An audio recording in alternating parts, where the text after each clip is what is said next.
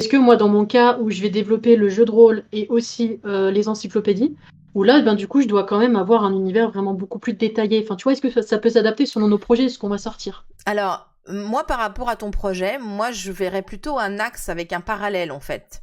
C'est-à-dire que pour moi, il serait pertinent de sortir le jeu de rôle par rapport à la partie de l'univers que tu as déjà exploré avec tes personnages. Laisse-toi toujours de la marge, en fait. C'est vraiment super important. En plus, l'avantage, c'est que si tu développes un jeu de rôle en parallèle, tu vas avoir des maîtres du jeu qui vont inventer des histoires à l'intérieur de ton monde. Et ces histoires, si elles remontent jusqu'à tes oreilles, tu pourras t'en emparer pour ton prochain roman. Tu vois, tu peux avoir un cercle vertueux avec le jeu de rôle à partir du moment où tu es dans des univers de fantasy, hein.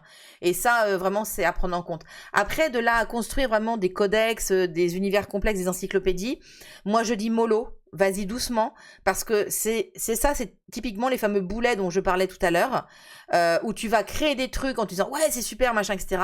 Et tout d'un coup quand tu vas vouloir faire vivre tes personnages à l'intérieur, tu vas dire putain ça marche pas. Tu vois, ou je suis coincée par quelque chose. C'est pour ça que je vais vous apprendre dans cet atelier l'utilisation du vide, en fait.